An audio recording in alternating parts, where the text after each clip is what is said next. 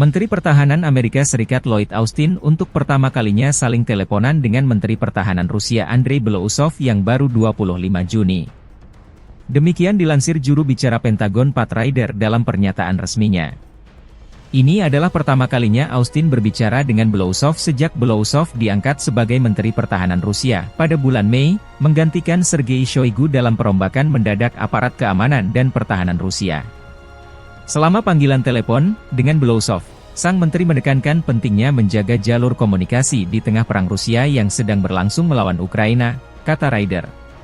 Percakapan itu terjadi saat pasukan Rusia mencoba melakukan serangan di Oblast Donetsk dan Kharkiv. Moskow belum mengomentari pembicaraan antara Austin dan Belousov.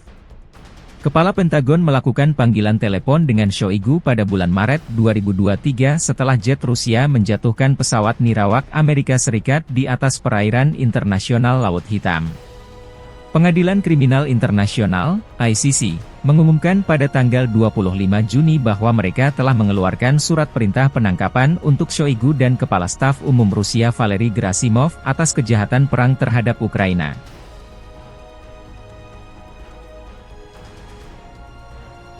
Download Tribun X sekarang, menghadirkan lokal menjadi Indonesia.